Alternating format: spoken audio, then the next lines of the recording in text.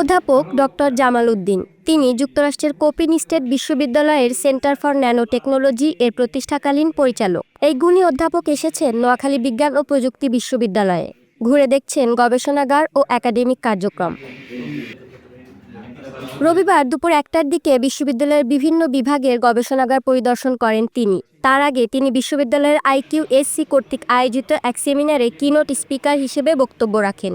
বক্তব্য শেষে ঘুরে দেখেন একাডেমিক কার্যক্রম এবং গবেষণাগার। নায়াসিনামাইড ও স্যালিসাইলিক সমৃদ্ধ লিলি ফেস ওয়াশ যা ফেসের ডেড স্কিন সেল দূর করে দেয় দ্বিগুণ ফাস্টার ব্রাইটেনিং। আন্তর্জাতিক পরিসরে নবীপ্রবীর জ্ঞানকে যুক্ত করতে পরিদর্শনকালে তিনি সংশ্লিষ্ট বিভাগের শিক্ষক ও গবেষকদের সঙ্গে গবেষণার অগ্রগতি, ব্যবহৃত যন্ত্রপাতি এবং ভবিষ্যৎ গবেষণার সম্ভাবনা নিয়ে আলোচনা করেন। এখানে আমি কয়েকটা ল্যাব দেখলাম। ল্যাবের ঠিক আছে ইনফ্রাস্ট্রাকচার, কিন্তু আমার বিশ্বাস যে এই যে পরবর্তী একটা যে সেন্টার হবে, এখানে নতুন নতুন ইকুইপমেন্ট লিস্ট আমি দেখলাম। ডক্টর আশরাফ বললেন এখানে সব ইনস্ট্রুমেন্টই আছে। একটা শুধু দেখলাম XRD, ওটা বোধহয় অ্যাড করবে। তো বললাম তো এই ইনস্ট্রুমেন্ট ফ্যাসিলিটি থাকলে সেন্ট্রালি সবাই কাজ করবে।